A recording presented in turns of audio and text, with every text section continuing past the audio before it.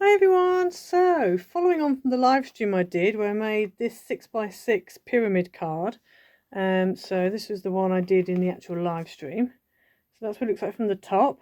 So this was made using my Cozy Crochet digital pack on Etsy, and it folds flat by squishing the bottom layer to the right, squishing the next layer to the right, and then you squish the top layer the opposite direction, and that just then ensures that it all lies flat and goes in an envelope. Same with this one.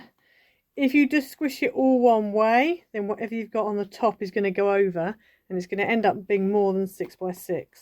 So I thought I would do a 5x7 version. This is also a 6x6. This one's actually using my Peony Perfection digital kit, which is again available in my Etsy shop. Details on the screen. So yeah, so that's what I thought I'd do. So today we're going to do a 5x7 version of this. So let's get into it. Okay, so for this card, you're going to need one piece that's 7 inches by 10.5, one piece that's 7x7, and one piece that's 3.5 by 7. So we're going to start with the 7 by 10.5, and on this piece you want to score it along the long edge at 4 3/8,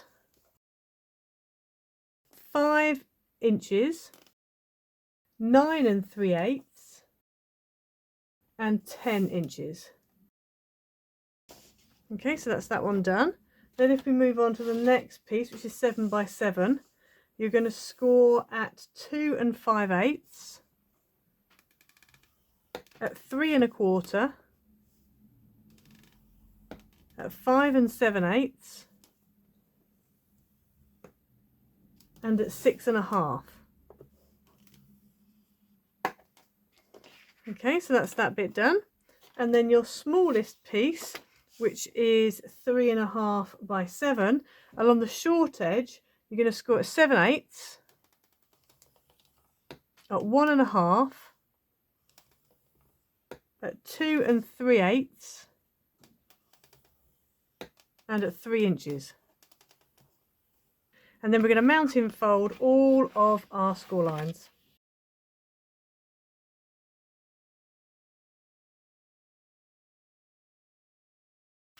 Right, so you should end up with those 3 pieces. So what we're going to do now is on all of the tabs, so obviously your tab is your little 1/2 inch edge, and you've got that on all 3 pieces.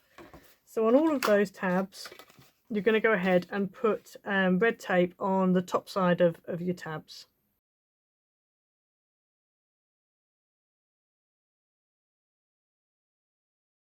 Okay, so starting with the smallest one, since I'm here now, I'm just going to work out, before I start peeling off tape, which way round it's going to stick better. And it usually works out like that. So it usually works out better if I turn the tab in and then fold it over so it meets. So I'm going to do that with this one. However, whichever way it folds best, you just need to sort of remember that it folds that way, because quite often they fold one way, but if you try and fold it back the other way, it doesn't fold as well. So that is that. And then what I'm going to do is I'm just going to take a pencil and I'm going to put a mark, so I know that's the back piece that I'm going to be sticking down. So I'm going to leave that there like that. And then we're going to do the same with this next piece.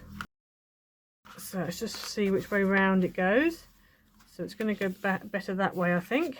So let me just turn it over so I've got the tab facing upwards, and then we're going to stick them all flat like this. So you're folding along your tab score line and then along the second score line. So you've got a big piece and a thin piece, and if you turn it over, big piece and thin piece. Okay, so that is going to be the back of this one, and it folds like that. I just need to remember that. And then this one here, same again. Let's just fold the tab in, fold it over there. Is that better? Yeah, it looks like it is. So we'll do it that way. And again, just take the backing off the tape.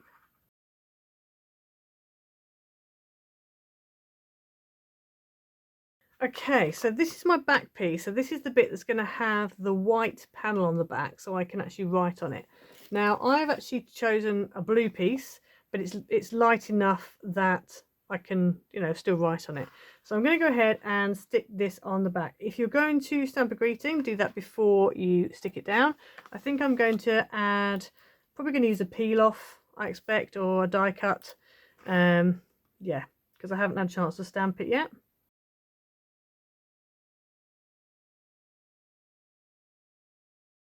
Okay, so that is that piece. So what I want to do is I want to make sure that my pieces fold this way that I'm going to say. If you want to fold the opposite way, you can, but you just need to make sure the bottom two fold the same way and the top one folds the opposite way, because then that way you can put a little sentiment on or whatever, and it's not going to come over the edge of your footprint of your card, because that folded flat is 5 by 7. If I get my ruler out, you will see that is 5 inches by 7 bang on. So you do not want to go over that edge, because if you do, you can end up having to have a bigger envelope. So I am going to squidge that one this way. This one's also going to squidge that way, and then this one is going to squidge that way. So what we want to do is we want to go ahead and stick this onto here. Now when we did the 6 by 6 one, what I did was I squidged it down and we lined that up with this and stuck it. However, for this one you don't want to do that, because the sides are not equal to the actual fronts.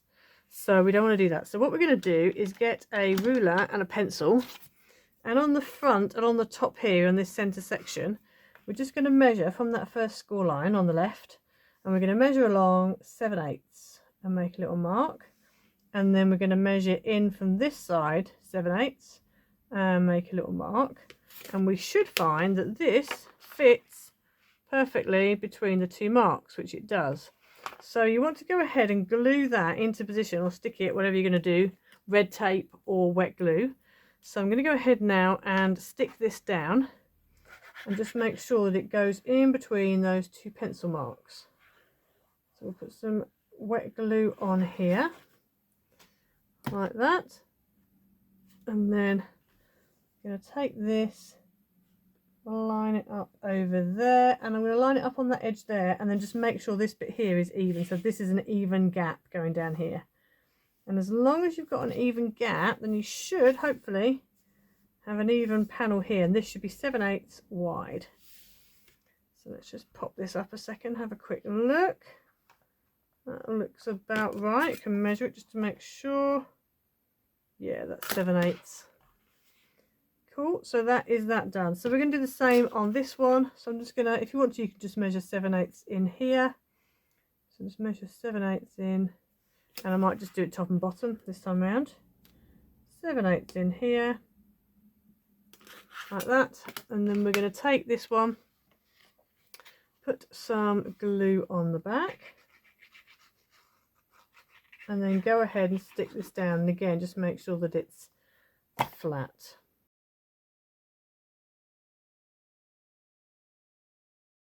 Right, so we should end up with that. So that's your base. So if you look from the top, you can see, and obviously mine's a little bit often because I haven't quite straightened it out, but that's fine. So you should end up with that. So you will notice that the front, these are 7/8 wide, but the sides are only 5/8, and that's how we do it, so we can get it so it actually fits down into a 5 by 7 envelope. So I've got all of these, so I'm going to go ahead and I've deliberately cut them out. As you can see, it's like an actual pattern. So I'm going to do what I did with my floral one. So with this one here, I don't know if you can see, but it was one panel that I cut into 3/4 inch strips. So I've done the same with this one because I wanted to have like a sky across it. And so these, I've cut them quite narrow. So with that, the one you just seen, the border around that is a lot bigger than what you're going to have on this one. So this one, I've done it so that the strips are still 3/4, but they're by 6 7/8. And so that's going to fit on there, and then you should have the same border, top, bottom, left and right. And I did that deliberately because you can actually, if you want to, just push them right in so your border's there, because the sides are not having anything on them. And so for that reason, you can just go ahead and do that. So I think that's what I'm going to do. So I'm going to go ahead now and stick these all down.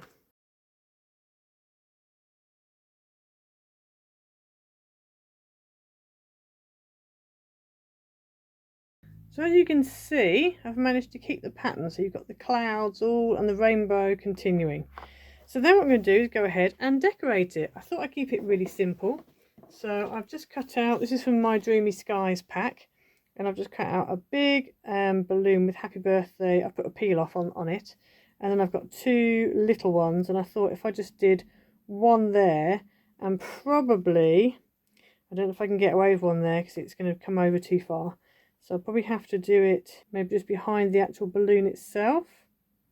If it's attached to this top one, then it just means that it's not going to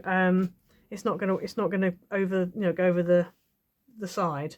So if we fold that down and that down, as you can see, if I go this way, I have a limited place, but if I go this way, then I have more space. So that could go like there. In fact, I might put it there, and then it wouldn't be over the edge.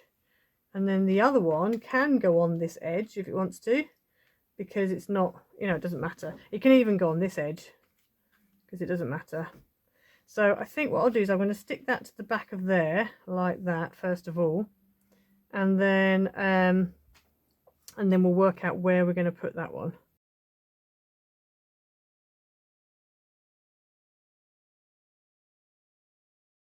So there you go. So there's your finished card, and obviously this is hanging off, but that's fine because it's going to go that way, so it doesn't then encroach upon that edge. So you just need to make sure, be mindful when you're decorating of which way it's going to fold and where it's going to hang off.